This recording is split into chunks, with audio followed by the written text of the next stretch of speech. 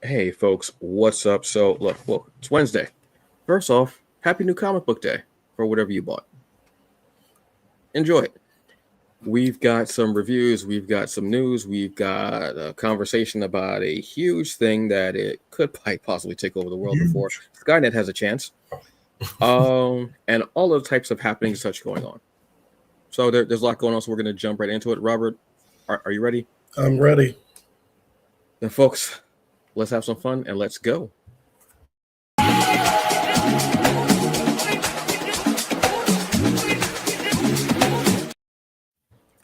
Hey, folks, welcome once again to another episode of TBA News. This is your comics culture news update show.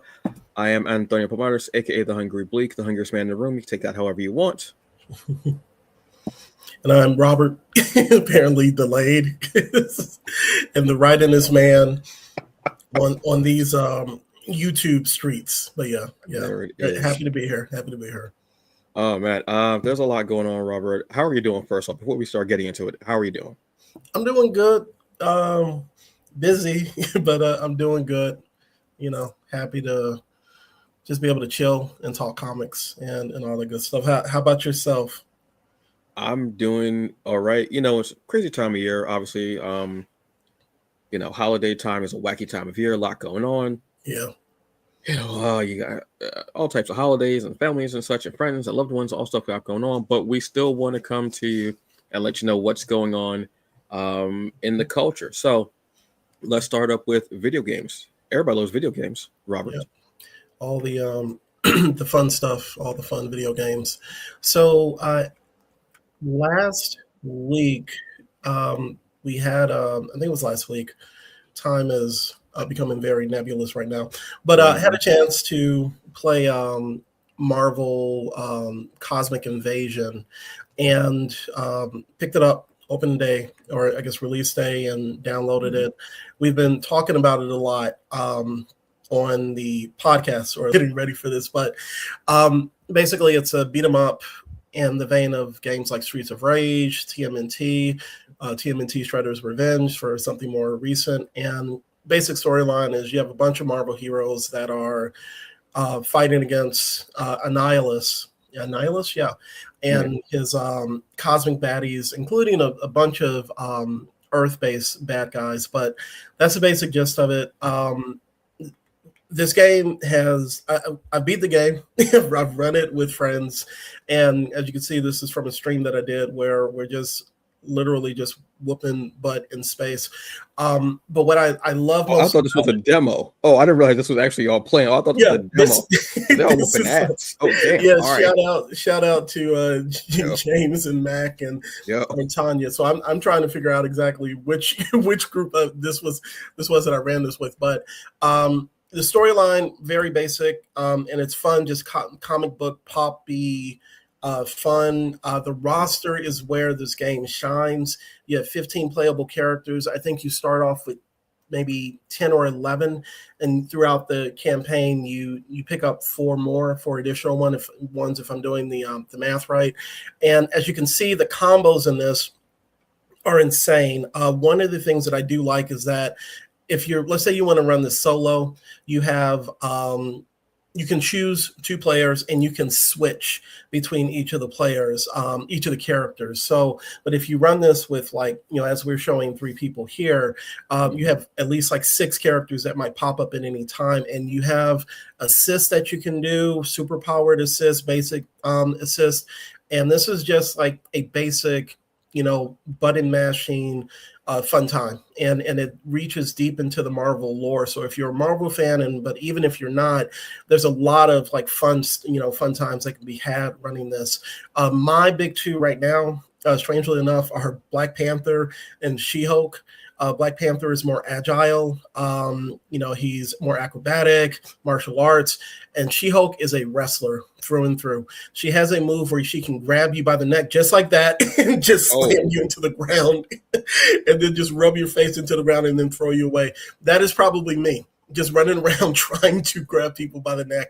And she can also, but she plays like kind of like as a Hulk, but as a wrestler. So, all in all, I'm a huge I'm loving this game. I'm a huge beat 'em up fan, and I think that this, if I had a list of like the games of the year, because I haven't played a lot of the new ones, but this would be at the top of my list. Like, it's been so fun to run this with other folks. If you can get 4 players in there, it's cool. But 2 or 3 is definitely fun. But it's just, like I said, a lot of pulpy beat 'em up action, and I'm really enjoying it. So I don't know, 10 out of 10 for me. I've seen some people like 8 out of 10, 9 out of 10. I might be biased because I'm a comic book fan, but 10 out of 10. And this is making me want to go back and pick up the more cosmic oriented Marvel books, because it's such a huge part of the story and the settings. And you even get a level in Wakanda, which is pretty amazing and fun. So, but yeah, shout out to the developers. Y'all have, I think, Dotemu and Tribute Games. Y'all have given us another beat 'em up classic. This like I said, I thought this was a demo because y'all was just laying hands on everybody that wasn't y'all. Basically, Yes. Y'all was laying hands on anybody that was not y'all. I was like, damn, okay, this game crazy. I love the look of it. I love something. I'm at a point in my life where I just sense of everything that's been going on in the world and in life, what have you. Yes, I want something that makes me think. Like I'm playing like Destiny is one of my main games. Obviously, Destiny takes me out of it, what have you. But there are times when I'm like, I don't want all this thinking. I don't want, you know what I mean? I want to just have fun and just go crazy. So I'll go into like one of my favorite, something that I've been playing through right now is Streets of Rage. This is perfectly right up the alley because I love that feel of just beat 'em up. That I want that arcade. I got next popping in your quarter type of feel to a game. I miss that. I honestly miss that. And seeing how love the colors, the artists. I love the fact that you have the roster there. I love that old school feel of as you play, you pick up characters. It's not like you have to get DLC or you gotta do whatever. I mean, that might come down the line. I don't know, what have you. It's not it's above my pay grade. Of this and being able to play with people and just go, we don't have to go do this, that, what have you, just having fun. This is like a party game. Exactly. Which is what I love the feel of it. So I would definitely say like, yeah, this looks like a 10 out of 10 easily. I mean, yeah, this looks like a 10 out of 10. So much fun. And like I said, I'm just laying hands. Damn, Cap is out. Cap is out. Cap is out. Cap is out. Cap is done. Yeah, we were trying to avenge his death. I mean, damn, that's what. But I also love that. I'm guessing that you are able to have like different costumes too for the characters. Yeah, so that's like you see Wolverine is rocking the X-Force. Yeah, the X-Force. Yeah, that's what caught my eye. I was like, oh, okay, cool. Yeah, damn. And they have T'Challa's down also. Yeah, apparently so. T'Challa's down. So I think in this one, that snap is real. Yeah, exactly. That snap is real, y'all. I mean, and then bone and dust. That's all you're gonna get. Bone and dust. My man said it. Damn. Well, we wound up taking them down, but yeah. The color, you have different outfits, color schemes, and hopefully that'll be something that they can add, because each of these characters with the roster that you have, they've had various costumes over the years. Yeah. So I think that would be a nice little addition to include. But from jump, you do have a variety of different types of color styles or different styles of costumes to wear. Oh, cool. That's all day. And like I said, I love that because I love that having a cosmic character in there, because you don't really see much of I'm trying to remember her name.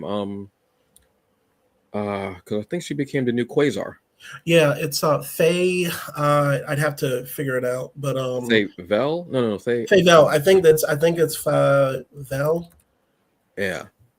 Like she was such a cool character because I read some of her stuff because I was like, oh, who's this? And I find out she's supposed to be yeah. Vel. Yeah. So I actually love that. And yeah, that's awesome. I should be looking for that, honestly, especially it's going to be getting colder. Definitely not going to be one to go out. Leave me alone. And just trying to have like this like fun kind of but it's not cross play, correct? Oh, it is. Yeah, it is. Yeah, that one we were running okay. I've run with people on PlayStation 5, I guess, play PS5 and PC. So it just yeah. So and the connection it's really, the crossplay works seamlessly. The only issue that I would say is that with it being the first week, some of us, we kept getting dropped at times, but it worked. It was but we had a fun time. It's a good game. Yeah. That's a natural thing, unfortunately, is like that first week is to be dropped of anything like that. But hopefully you won't get dropped when you go to sign up for Virtuous Con, which is making its return this year. Man, the segues just going to be popping this episode, sir. Yeah, we definitely so Virtuous Con has announced excuse me, that it will be taking place February 21st and 22nd. This is the premier like a virtual event started during the pandemic and by founder Cerise Rennie Murphy, also an award-winning author. This is a great event. This is the closest thing, for being virtual, it's the closest thing to actually being at a convention center. Yeah. The way it's set up, the interactive, just everything is interactive, whether you're going to someone's booth and actually speaking to the creators, panels. There was a point where they had an escalator. You actually went down to the other floors. It wasn't necessary. It's virtual, but I appreciated that detail. And for some reason, that's always one of my favorite things is I'm like, there was no need to have an escalator, but yet that detail was there. And it was such a nuanced little thing. So I truly appreciated it. So they have early bird tickets are available now, but also vendor applications and panel submissions are open as well. And this year, what would I say, the gimmick this year? No, gimmick's not the right word. Theme, thank you. Yes, because I'm thinking of wrestling, honestly, because it's Wednesday, and you know what that means. Thank you to all my AEW fans. The theme for this year is the art of resistance. I love it, and we all know the state that we're in. I'm not going to go into it. Y'all know how I feel, what have you. But this beautiful piece of art right here, I think, says it all with the fro. And you have words like community, protest, joy, like vision, things that matter. So this is, like I say, one of the premier events out there. And the fact there's a Virtuous Con is so great because it's virtual. You can get on your tablet, your laptop, your desktop, what have you. You can stay at home. You can relax. You can look everything. You can have your family around. If you want to have it up on your TV, obviously, smart TV, you can have it up there, I believe, as well. I love the fact that you're able to do that, have the family there, and just have a really good time and be able to speak with creatives. You also, you also have panels as well, which are really in depth with so many different topics that you can have from panels, guests, everything.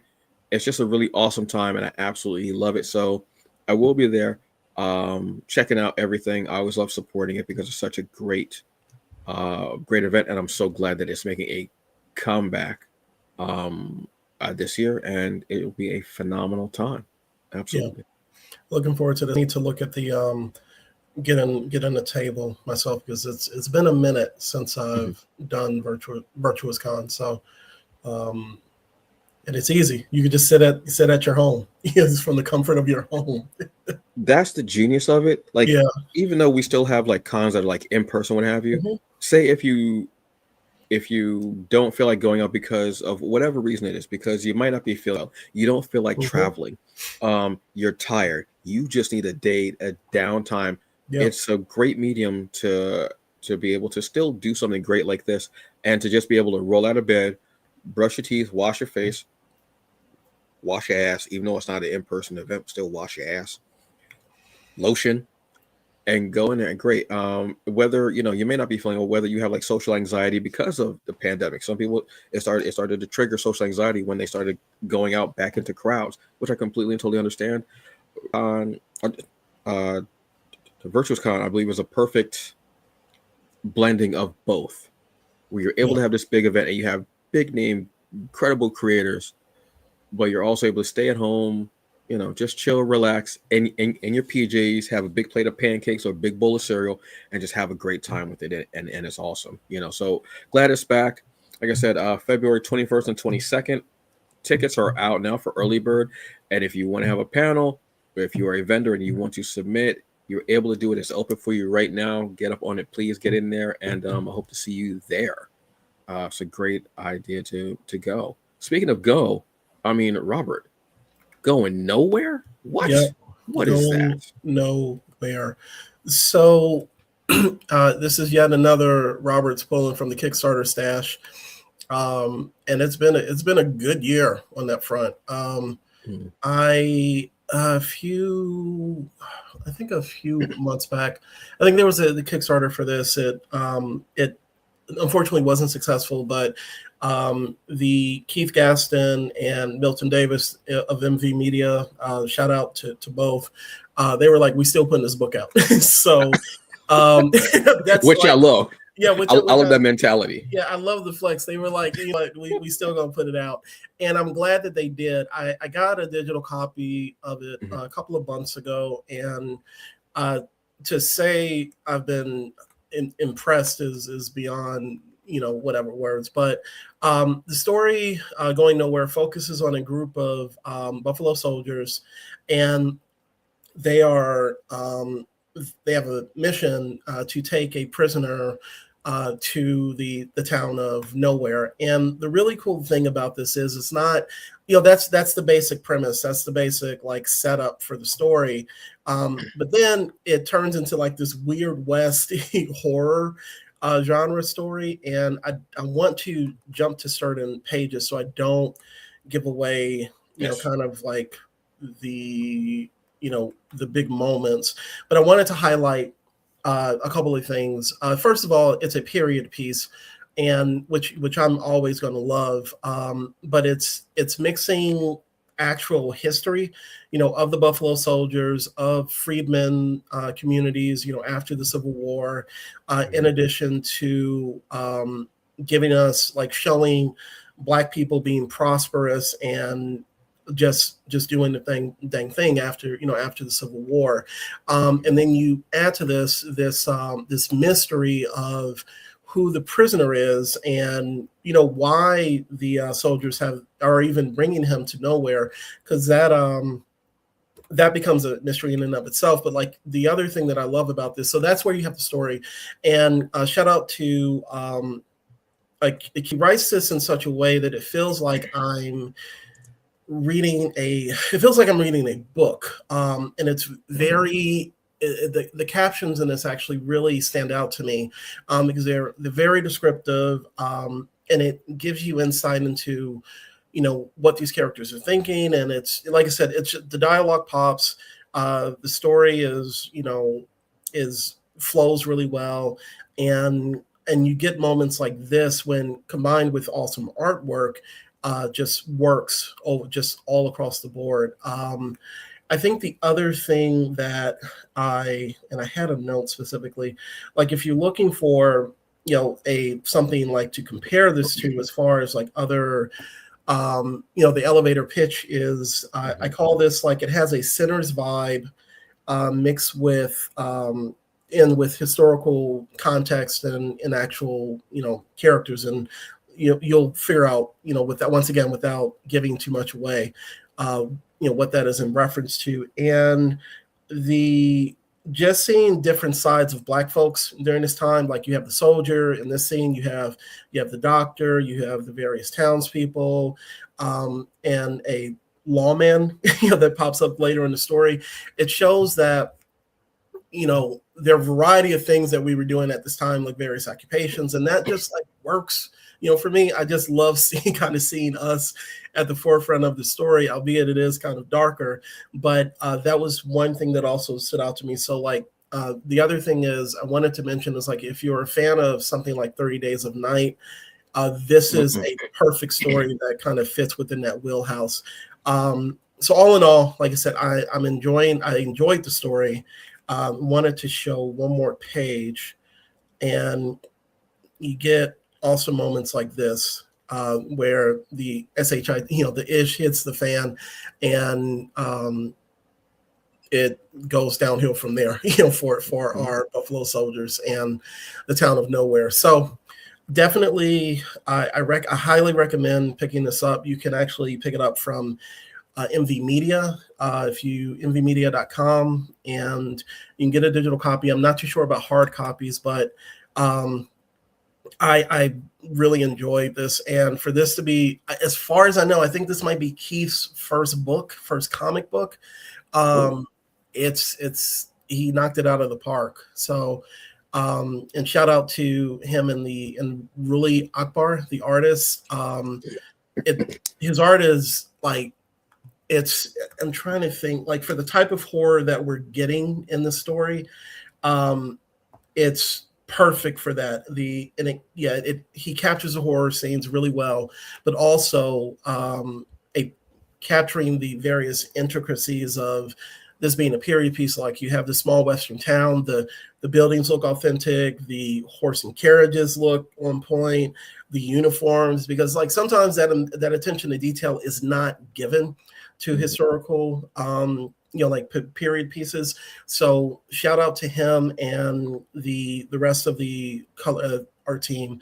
I think Tamawa Alu, and then Nikki Powers, and Piria Palai on the cover, and then the cover letters, Uraeus and Milton Davis. So it's just a good book all around, and it's a good opening issue to something I think that's going to get even better. So yeah, this looks like it has that feel of, it has that Western feel to it.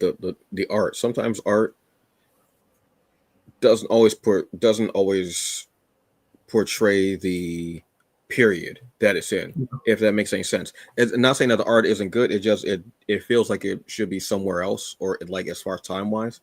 This one feels, it gives that like frontier rustic feel to it, which obviously you needed, which makes it a little bit grittier, a little more dirty, a little grimier, because back then things weren't spick and span clean. They weren't.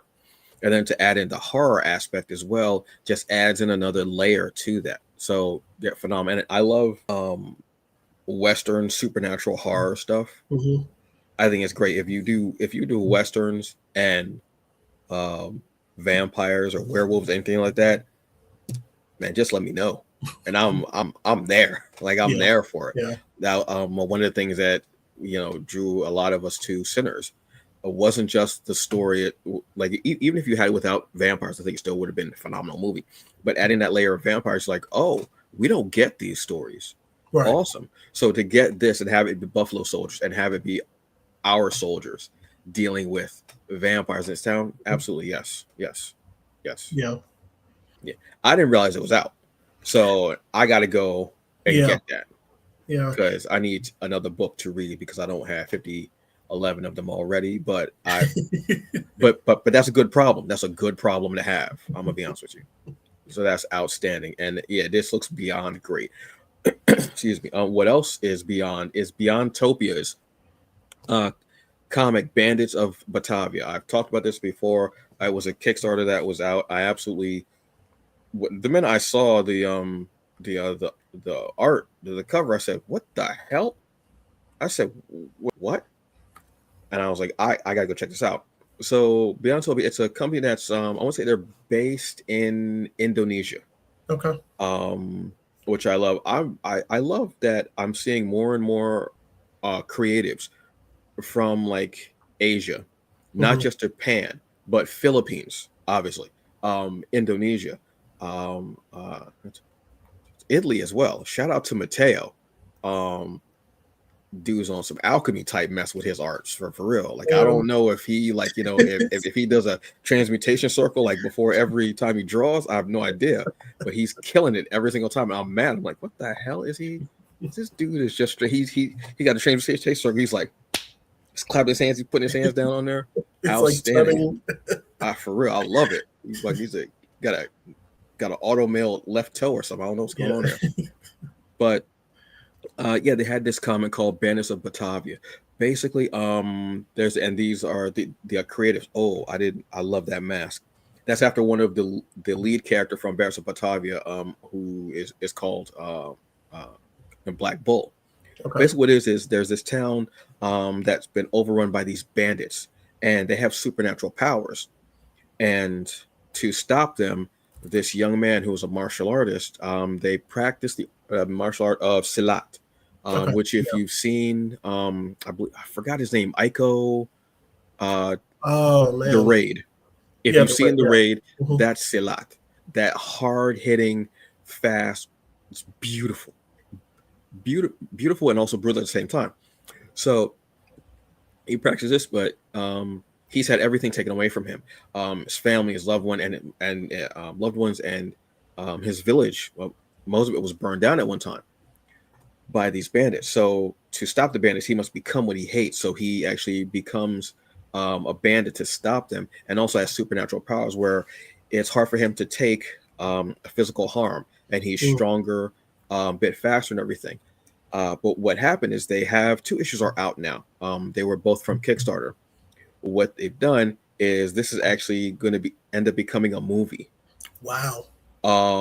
And if you let me see if I can show you some of what the art for this looks like, because the cover is what blew me away. I was like, you gotta be kidding. What the hell is this? So this is the cover, and they had a bunch of homage covers too. They even had one that was after Todd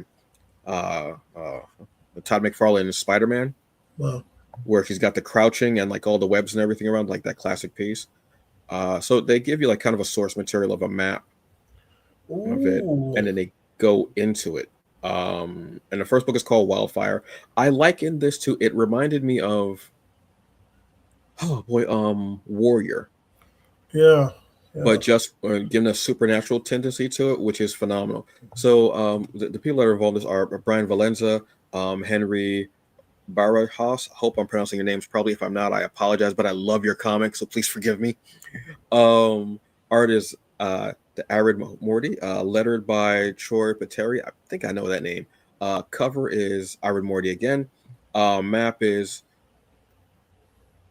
Osada Siapa. Tyler Kirkman, I know that name. I've seen a bunch of your covers, obviously. The homage cover, I think, is the one that's after the Todd McFarlane, possibly. I think that's the one. That's Arid Anindito.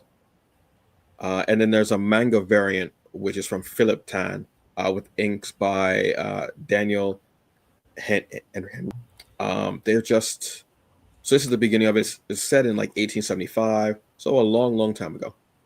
And this is our lead character, Black Bull, and he's going after one of the bandits' hideouts. And you can see there's the crouching, and I mean, with the quickness, takes his head, but that's not it.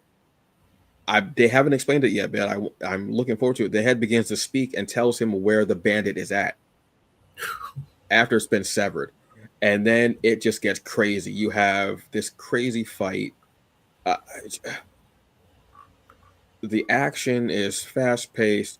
I felt like because I've seen a lot of martial arts movies, and I love seeing Silat in movies because of how quick and hard-hitting and brutal, but so artistically done.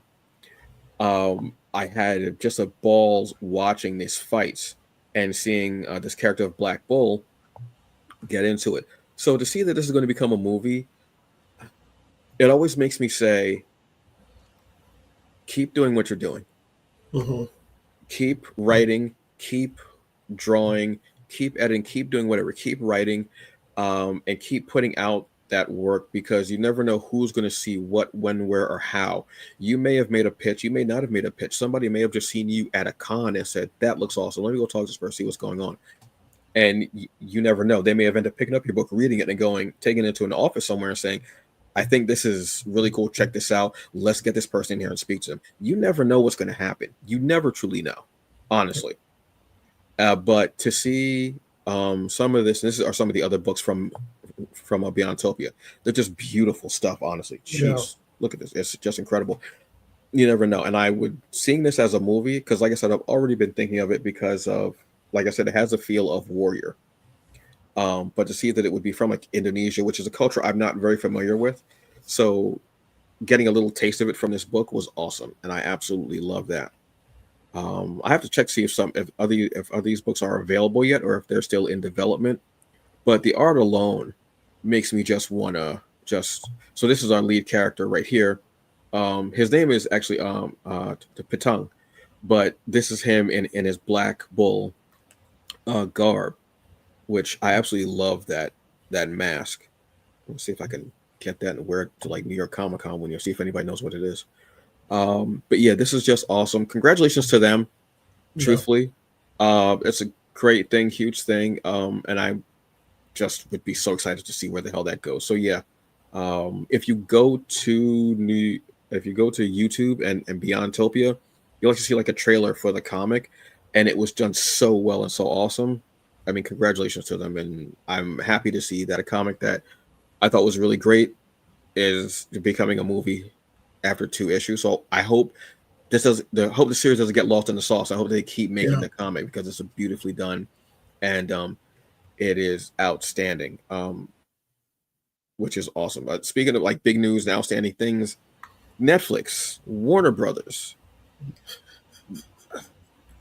Paramount, and drums.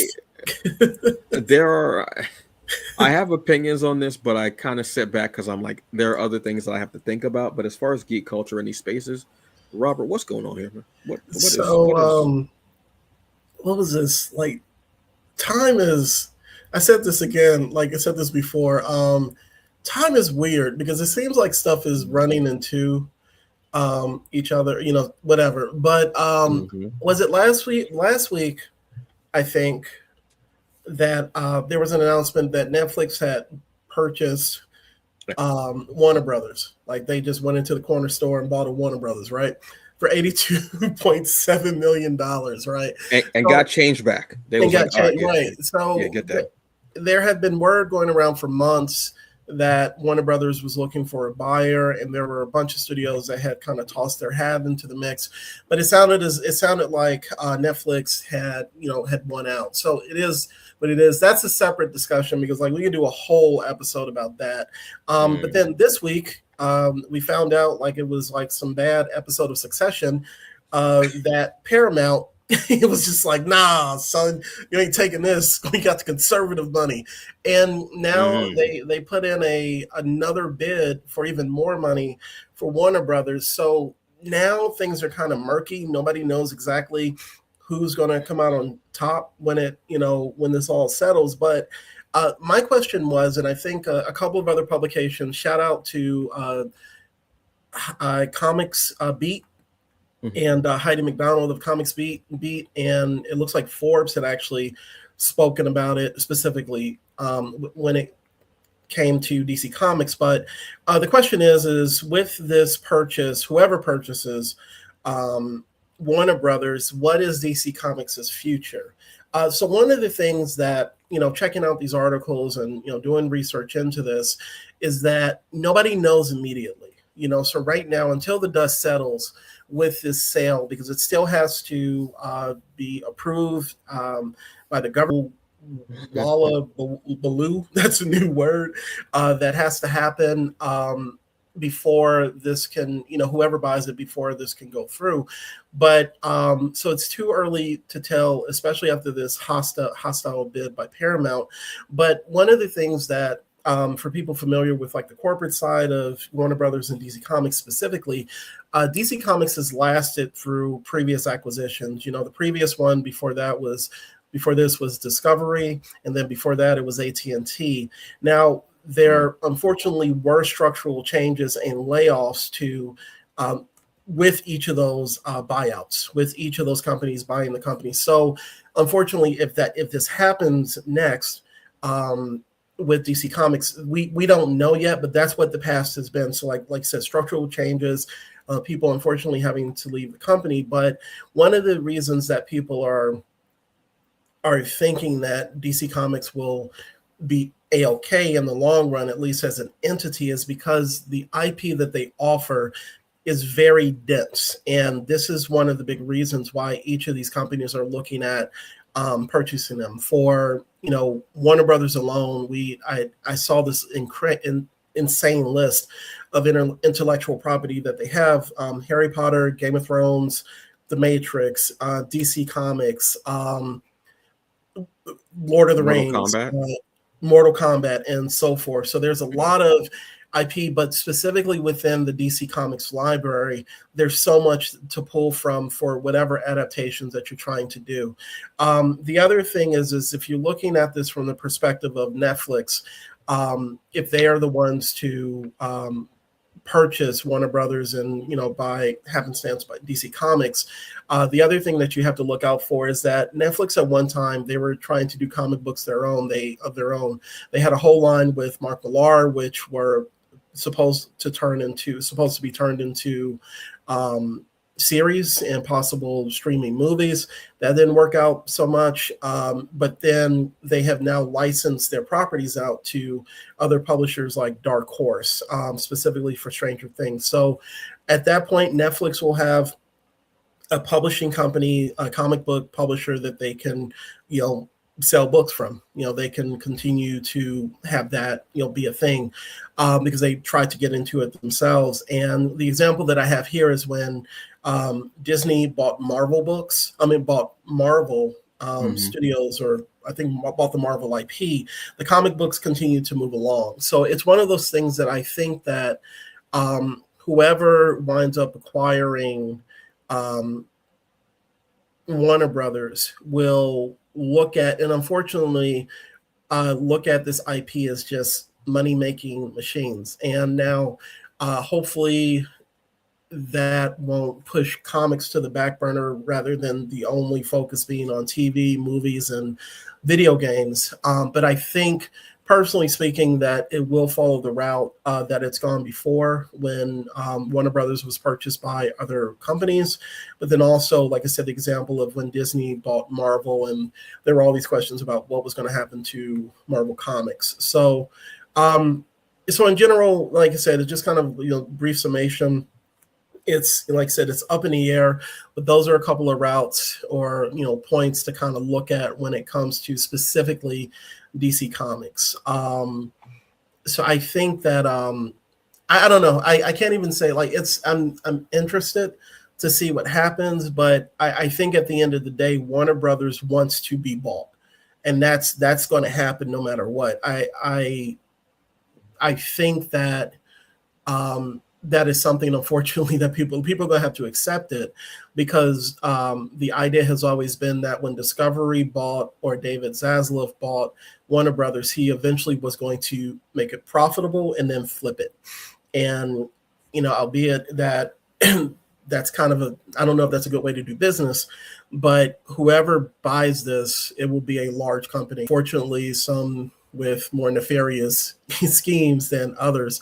But at the end of the day, it's just rich people getting rich. But I'm hoping that DC Comics doesn't fall by the wayside in a lot of this, like, corporate restructuring that we're seeing, because this is the source of everything that we love, right? When it comes to these movies, these TV shows, video games, the comics come first. And that's what I'm hoping continues to be the case. But like I said, shout out to Comics Beat and Forbes magazine specifically, highlighting what this might mean for the DC Comics publishing company. Yeah, I don't really have a lot to say about this because there are a couple of different factors. I'll go the polite route right now. I don't think DC is ever going to go anywhere. Mm-hmm. It's just too much of a money-making machine between IP and the actual comics, and they're running on all cylinders right now. They're putting out great stuff. And they've got some heavy hitters as far as on the creative team. If somebody comes in and does purchase them and says, "Nah, what we're going to completely get rid of that," they are the biggest idiot walking the earth. Mm-hmm. And that's saying something, because we have one in the Oval Office right now. So you wouldn't be very bright to do that. I think that's just bread and butter right there, man. That's just something I would, if I was him, I'd buy him and I go, "Y'all good? All right, bet." And I walk right out the room and I'll just let them keep doing it. I mean, I would bring some other people in, some other shades and genders, but I wouldn't, unless there was something completely fundamentally wrong, or if something to help them get bigger. Like, how about, we make this a part of our app or such, what have you? You know what I mean? Some type of integration, like stuff like that. That's above my pay grade, like that. I don't think there's gonna. Yeah, they're not going anywhere. If by some chance Netflix does do it, this is gonna. It's a lot of money. It's too much power. It's too much money. And for everybody saying Snyderverse, please shut up. I don't care. Just stop. Shut up. You got the black and white long ass miniseries event. Just shut up and just see what happens. I'm tired. I'm 47. On my back hurts. Just shut up. Just please, just. But this is a huge thing. This is major. This is a lot, and it's not going to be over quickly. It's going to be a battle. So we'll see what happens with it. We'll keep following along with it. But it is a big thing. Speaking of big things, our last one is Godzilla. Yes, I read a Godzilla comic. I didn't see that going in 2025, but this one was really cool. This is Godzilla, and this is part of the Kai-Sei Era. I hope I'm pronouncing that properly. This one was really cool because the way it was, and this is from IDW. Before we start getting started, the creative team is written by Tim Seeley. Art is from Nicola Zizmesja. Hope I'm pronouncing that properly. Francisco Segala, Gloria Martinelli, Nathan Wittick, Jake Williams. So this basically starts with, Godzilla obviously is awakened, tramples Tokyo again, and all this stuff, and it kind of tells how Godzilla came to be. But there's a twist in the story that I don't know if we've ever heard of it, because I don't know a lot of Godzilla lore as far as comics. I know Godzilla's gone up against the Justice League. I think there might be a story now where he's going up against the Avengers. Okay. I think maybe the Ninja Turtles as well. Power Rangers, I know. Godzilla's got beef with everybody. Godzilla's like, look, Godzilla got hands for everybody. I don't care. Morphin time, my ass. Look, we gonna get it in like that. So I don't know a lot of the mythos, but this one almost feels like a bit of like this is actually pretty cool to me, because I've thought about this and it's always been interesting. So Godzilla comes into New York, destroys the entire it just goes on obviously one of the Godzilla rampages. But what happens is, in the middle of this, now these are this team called they're called G Force. Not excuse me, not G Force. What the hell am I talking about? That would be Gotcha Man. This is a team of commandos, and they're kind of telling the story. But what happened is, in the middle of this attack, this young guy ends up seeing these kids being like pushed aside and bullied by this other kid. So what does he do? Instead of run, he decides to beat the hell out of this kid. And he's like, you're not going to push people around while we're all trying to run for our lives. Meanwhile, he's not running for his life. That's very paradoxical to me, but what have you. So while this is happening, Godzilla bears down and lets loose one of Godzilla's blasts. But the kid absorbs the blast and the energy and ends up being able to take all the strength and power of a kaiju. And there's a panel where it even says like Godzilla, almost like Godzilla was afraid, because Godzilla's never seen this from a human. And this young young man was able to stop one of Godzilla's blasts and absorb all that power. I was like, wait, what? That interested the hell out of me, and I was like, I gotta check this out. The art is big and bold because you need that for a kaiju, but still has like this kind of intimate feel, because you still have this group of commandos who each have their own specialty, and how they are able to work together and also initiate this kid into their group and go from there. I think there's about 5 or 6 issues out. I need to read more of them, because again, I've never read a Godzilla comic. And I know that, depending on where you're at, different companies, like I said, Godzilla's fought everybody at this point. I think X-Men is next. And if Godzilla goes up to Canada, it's Alpha Flight. I mean, just go all over, just hit everybody. So to see this, and to see that it's a young person who has the power of a kaiju and able to fight them. Normally you would see something maybe like an Ultraman, where the character would begin to grow to the size of a kaiju. It hasn't grown, it's still the same size. And being a part of this team, and how they there's one person who's they have like a pyrokinetic ability. One person is is an android, but can only speak like a 90s R&B song. I said, what? I said, miniseries? What? That had me, I was like, and when I'm reading it in my head, it's like a 90s song. And I was like, yeah, that's great. Then there's another character who is a telepath and is able to get into the head of Godzilla and the other commandos. But at the end, there's a very interesting thing where there's a kaiju at the end that's actually putting all this together and that's speaking. Almost like a kaiju who's like masterminding this whole thing. Okay. That I was like, oh, that's terrifying. I'm not much into kaiju, although watching Godzilla -Zero was absolute masterpiece, and I watched it in subtitles in theaters, which was just gorgeous, truthfully. But this just interested the hell out of me between that and being a fan of Pacific Rim and the Jaegers and the kaiju, kaiju number 8, the anime. And there was a comic out a few years ago, I think it was called Kaiju Heist, where people actually were pulling off heists while kaijus were attacking cities. Man, you making me add stuff to my list. Dude, it was one of the most original ideas, and the kaiju actually had patterns, like how animals have patterns as far as like mating season, like when they awaken, like everything, hibernation, everything like that. The kaijus had that, so they planned this heist. I think it was in Florida, like Miami.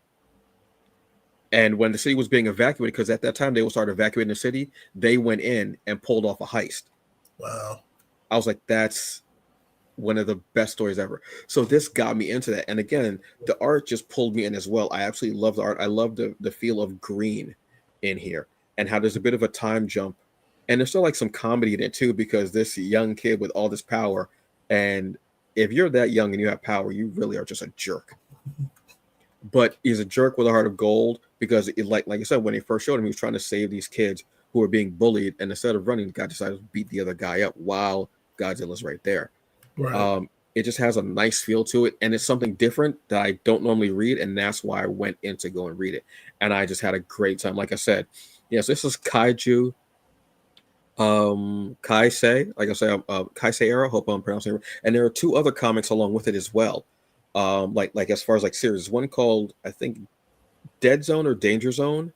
Okay. And there's I can't remember what the other one is called as well. But this is, I got this on a Global Comics.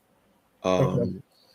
By the way, you're welcome again, Global Comics. I see that you have another ad campaign based on something I said. Congratulations. Just hire me. Jesus Christ, what the hell? Yeah, so this was a great out of like I said, I think there's maybe like there's 5 or 6 issues of this. I absolutely loved it. And I just it was fun. It was something different. It was just fun. You know, and I love that feeling. So that was cool. So yeah, check this one out. And like I said, the other two comics, I want to say, actually, you know what? Let me look. I hit the wrong damn screen. Oh no, I got him right here. It is he making a whole universe. Godzilla escaped the Dead Zone. Yes. Yes. And Starship Godzilla. Yes. Yes. This is too much. I can't. Dude, God. This is not a dig against anyone. I was not expecting to read a Godzilla comic this year. I wasn't. And then I saw this and I was like, well, and for it to be a whole new era. So this is like a launching pad for people who may not be as familiar with everything that's going on, which I liked. Yeah. And then I saw it was an era. I was like, oh no. And then I saw there were only like 2 other series. I was like, okay, I can manage that. Probably not, but I'm going to try it because it was good. It was interesting and I liked it. And like I said, there's a robot that speaks. When I saw that, I was like, well, got me, sucker. Yeah, this was amazing. Awesome.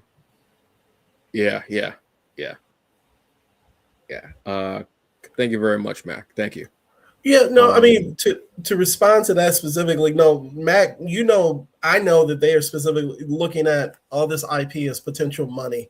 So if I will say this, if you have a love for any of the IP that Warner Brothers owns, from that list of get worried because they're about to milk. I mean, get worried, maybe get excited, but like they only look at dollar signs when they see any of this stuff. That's all they're going to care about. They don't care about any of this. I'm looking at it from I want the comics obviously, but I'm thinking about it in a grand scope. I mean, because this show is about comics, we're speaking about it about comics. But we could talk about this in the grander scope, which is this is scary. This is horrific. Yeah. First off, I don't think I'll ever be able. I probably won't ever make $80 million. I'm pretty sure of that. If I do, you will never see me again. I'll be honest with you. I mean, you will, Robert, but most people will never see me again. Never see me again. I got real to go. I'm done. First off, I don't think I'll ever be able to spend $86 million. I don't think in the life I've had, I don't think I've ever been able to spend $86 million so far. So the fact that someone had this much money and then somebody else was like, you know what? I got more. I got $100-something million. Suck to you. And to have that much power is scary. And it's going to throw everything else into disarray as far as entertainment, licenses, but also fees for streaming services. What's that going to do? Where's that going to go? What's that going to do to things that are already out? What's that going to do to projects that are being in development now? And they're trying to figure out, what's going to happen, what's going on. So we're talking about the comics because, yes, we are comic book lovers and because it is part of the culture. But we can talk about the much deeper aspect of it as well. We're trying to keep it as surface as possible because this is a rabbit hole you can go down and you will never freaking come out unless you have $2.5 billion to pay for this. And again, anyone who says Snyderverse, please go to bed. It's done. Stop. Go to bed. Take a nap. It was just like magnesia. They got excited. They did. Every post, oh my God, and it's always like, oh my God, yeah, this site says it's going to be this and that, and it's something like and the site is called like DC in your bathroom, some wild whacked out name that doesn't even make any sense. Like, you're not reputable. What? Not that we're reputable. I am not a journalist. I am an online personality. I am a geek culture reviewer, analyst. I am an enthusiast. That is why I am not a journalist at all, but I believe in having integrity. Yes, humor, obviously, but integrity, and I'm not making stuff up. You know what? Milestone is in there. We got this. Well, and viable sources. I mean, that was one of the reasons I cited ComicsBeat and Forbes. Yes. Forbes is on its own thing, but like when I read the reporting on that about the comic books, I was like, look at that as a source. The other thing, though, about the Snyderverse that gets me is that Snyder's movies, I don't care how you feel about the Snyderverse, and I enjoy the Rebel Moon movies for being goofy fun, but those lost money freaks. So I don't think that they are about to continue to throw money at him to do like, hey, you want to do your Justice League? Like, no, that's not happening. So it's just like sometimes you want people to look at the stuff realistically. And honestly, the Snyderverse died with that black and white version. And I enjoyed the Snyder movies, but I at least know that they're not going to give him billions and millions of dollars to continue to do more stuff. Like, I think we need to look at these, like, we're 40-year-old, we're 40. It's like we're in the 40s and 50s. To the Snyder fans, look at this stuff as adults. They're not, and realistically, they're not going to continue to give him money for something that's going to possibly fail. I mean, you can be positive and say, oh, I would like for them to do that. Okay, that's cool, what have you. But the reality is, it's not going to happen. And Snyder's not like, well, I'm going to wait for my phone now. He's not sitting there waiting for his phone like old rotary phone, too. Like, he's not sitting there waiting for his phone to ring like that. Hello? I thought you'd never ask. On my way. I mean, he might still have a deal with Netflix, but if the Rebel Moon movies had done well, maybe. But no, those were no. That's not happening. I had an idea earlier when I was reading a comic. I was like, "This is who they should have put in charge of. Like, they should have had him do Wildstorm stuff. Make it straight 80s like schlock. Actually would have been good. Yeah. So somebody's gonna steal this idea. You're welcome again. Why don't you guys just hire me and pay me? Seriously, it'd be way much easier. So I'll stop talking crap about you. That would have been cool. He could have done that because his slow motion, all that would have been great for that. Him doing like him over like that's dark, gritty type of thing, that would have been great for him. The fact that they haven't done anything with Wildstorm and they have that IP there, as far as I know, because I want to say the comics are under DC because they recently used like Wildcats, but they haven't brought back anything like, you know, Wetworks, Team 7, Stormwatch. Those are properties that would be incredible. Mm-hmm. But what have you? I mean, well, the Authority animated. Yeah. Oh, oh my God. Yeah. Oh, with DC knows animation, and I mean, it's hard to top that Wildcats animated series from Saturday mornings. I'm just saying. Anyway, folks, which I recently watched on Tubi, and I do have the box set. I mean, it wasn't really a box set. It's like 12 episodes, but to me, it's a box set. So shut up. Anyway, folks, that's been our show. Look, there's a lot going on. There's not just surface stuff. There's a lot going on in there, but there's always something going on in geek culture. Whether it's comics or whether it's animated stuff, what have you. Tell us what you're looking at, what you dig, and drop us a comment, drop us a DM, let us know, okay? So I will see you Friday. Pre-recorded episode. Spoiler alerts, pre-recorded episode Friday. Myself doing the Hungry Bleak Show. Get cozy. It's me talking about comics that I'm just comfort reads. I wanted to have a chill. We'll be back Monday, myself and Jabba, talking more about anime and gaming news. And I will be back talking to you more about comics. And then we're going to have our end of the year wrap-up show for TBA News, where we were talking about our favorite stuff of 2025. There's a lot of, it was a big year for movies, animation, comic. There's a lot going on. Wrestling, might bring up some wrestling stuff too, folks. So yeah, please. We will see you then. Have a very good day, evening, whatever time it is that you're listening or watching to this. And we'll see you next time. All right. Peace. And as always, I am Antonio Pomares, hungriest man in the room. Take that however you like. And I am Robert Jeffrey, writer extraordinaire. There you go. And as always, F Trump, them Epstein files. Woo. Page Turner. Wild. Take that. Sorry. Y'all some wild, nasty folks up in there. Woo, the White House stink right now.